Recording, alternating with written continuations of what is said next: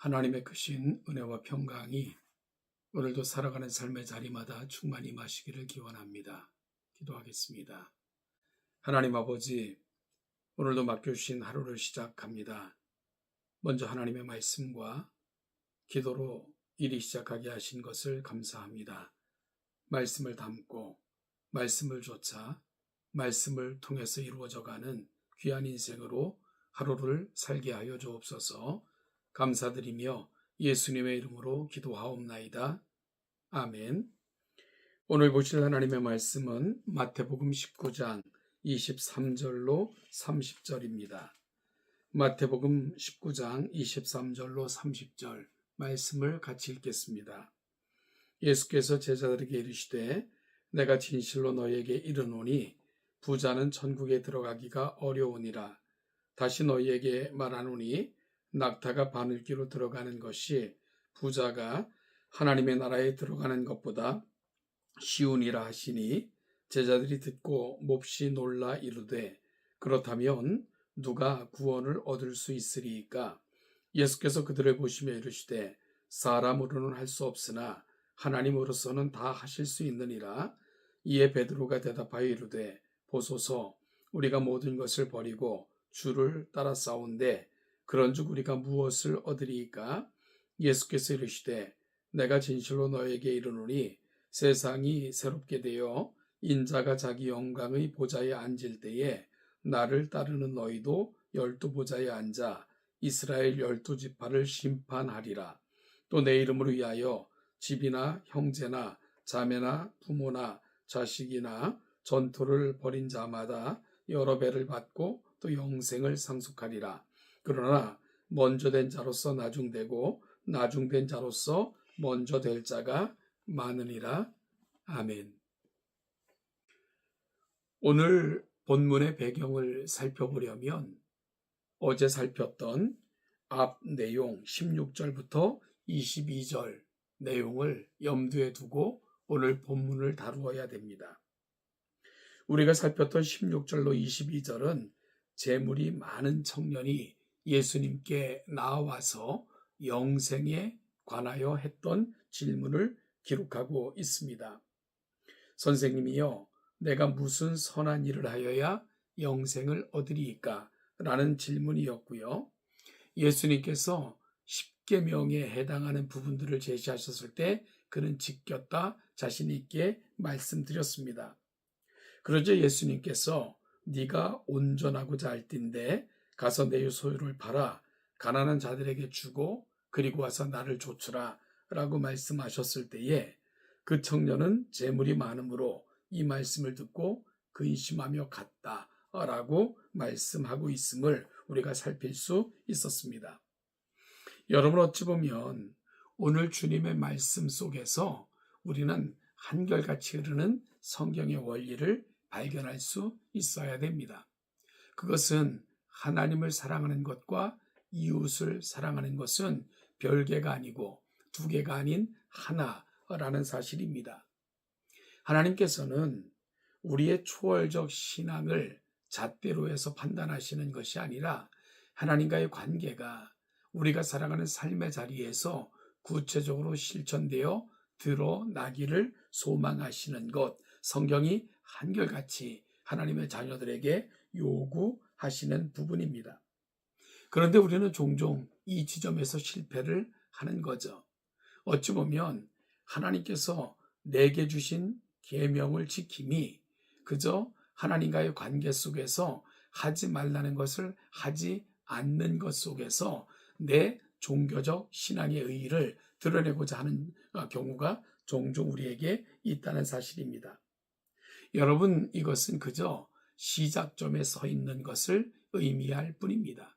하나님께서는 하나님과 우리와의 관계가 더불어 살아가는 너와 나의 관계 속에서 구체적으로 드러나고 실천되기를 간절히 소망하시는 것을 놓치면 안 됩니다.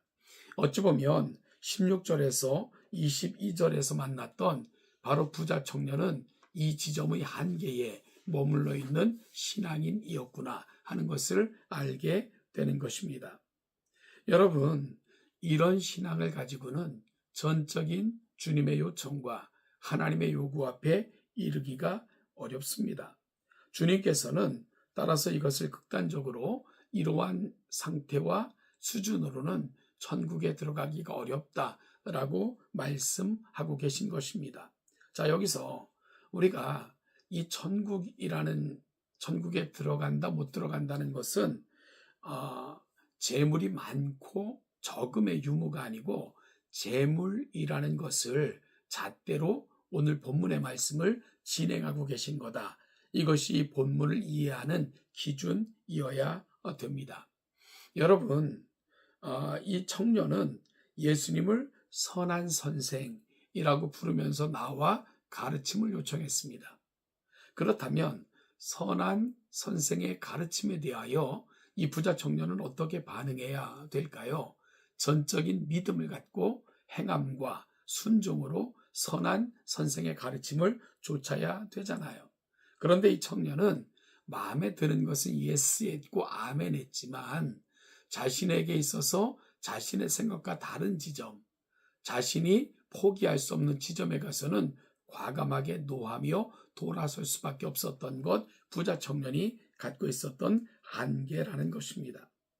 여러분, 반면에 오늘 본문의 제자들은 그 선한 선생이라 부자 청년이 일컬었던 그분께서 모든 것 버리고 나를 좇으라 라고 말씀하셨을 때에 가치를 내가 가진 것, 소유한 것에 두지 않고 선한 선생에게 둔 것입니다. 따라서 그 선한 선생이 모든 것 버리고 나를 좇으라 말씀하실 때 바로 그 좋은 선생의 그 선한 권면을 온몸으로 받아들여 버리고 주를 좇았기에 오늘 주님으로부터 이런 칭찬을 받고 있는 거다. 이 지점이 오늘 본문을 이해하는 기준이어야 됨을 분명히 이해해야만 됩니다. 사랑하는 여러분, 어찌 보면 이 부자 청년이 오늘 본문에 나오는 제자들보다 출발점은 앞섰는지 몰라요. 아마도 부모로부터 잘 배웠을 것 같고요. 그래서 율법의 가치를 이해했고요. 그걸 지키려 노력했던 사람인 것 알게 됩니다. 그런데 그 율법이 가고 있는 근본적 정신, 그리고 또한 하나님의 정말로 근본적 가르침 앞에서는 주저할 수밖에 없었던 것, 그 청년이 보여줬던 한계였던 거죠. 반면에 제자들은 출발은 늦었는지 모르지만 그 선한 선생의 가르침에 그들의 모든 가치를 두었고요. 그 선한 선생의 가르침에 모든 것을 포기하고 따를 만큼 신뢰하며 나아갔기에 그 선한 선생으로부터 이런 칭찬을 받을 수 있었던 겁니다. 그래서 주님께서는 먼저 된 자로서 나중되고 나중된 자로서 먼저 될 자가 많다라고 말씀하시면서 이 둘을 비교하여 설명하셨던 것입니다. 사랑하는 동천교회 성도 여러분, 바로 오늘 본문은 재물이 많아 천국에 못 간다, 재물이 적어야 간다, 이 말씀이 아닌 것을 분명히 깨달아야 됩니다.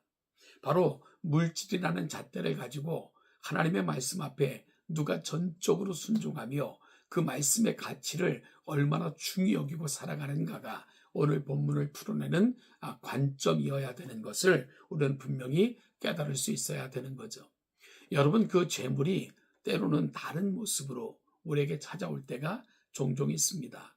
어떤 때는요, 하나님의 말씀보다 내 경험과 자존심이 더한 내 삶의 가치인 것처럼 그렇게 생각하고 살아가는 사람도 있고요.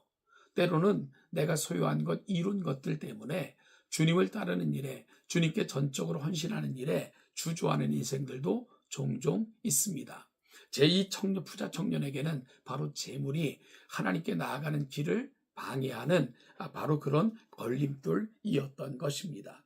따라서 오늘 본문을 통해서 우리는 분명하게 깨달아야 되는 것, 구원은요, 영생은 내 힘 가지고 되는 것이 아닙니다. 그것은 하나님의 전적인 선물입니다. 내 힘과 능력 가지고는요, 낙타가 바늘기로 들어가는 것보다 더 어려운 그런 요구가 될 것입니다. 단, 오늘 하나님이 내게 어떤 분인가? 그 하나님의 요구하심 앞에 나는 마땅히 따를 준비가 되어 있는가?